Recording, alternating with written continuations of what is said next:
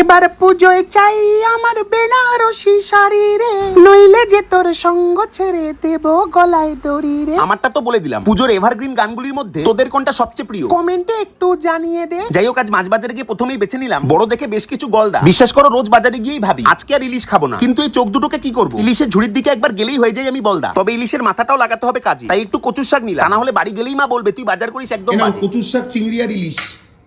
হ্যাঁ, তুমি তো বলেই খালা। যাও তাহলে এবার ঘুমিয়ে পড়ো, মাথায় দিয়ে বালিশ। আজ দুপুরের মেনু এই চিংড়ি আর ইলিশ দিয়ে ছিল সাজানো, সাথে এই কচুর শাক তো ছিলই। তবে শুরুতেই মায়ের হাতের এই স্টাফ পটল গরম ভাত দিয়ে খেতে যে কি দারুণ লেগেছিল যাবে না তোমাদের বোঝা। আর এই কচুর শাক তো বর্তমানে সবাই জানে খেতে, তারপরেই জোড়া ইলিশ পড়ে গেল আমার পাতে। আজকের ইলিশটা এক কথায় দুর্দান্ত খেতে ছিল। কালো জিরে দিয়ে এরকম পাতলা ঝোল তো তোমরা আগেও দেখেছো, না তাড়াহুড়ো করে নয়, ইলিশটা সময় দিয়ে ঠিক এইভাবে খাওয়া হলো। অবশেষে গলদা মালাইকারি দিল আমায় দেখা, এইভাবে চেটে তো খেতেই হবে। গ্রেভিটা যে চরম হয়েছিল, নিজেকে যায়নি আটকে রাখা। আর কি শেষে চিংড়িগুলো ঠিক এইভাবে হয়ে গেল ফাঁকা। রোজই তো না করেই চলে যাস, আজ একটু সাবস্ক্রাইব করে দেখা।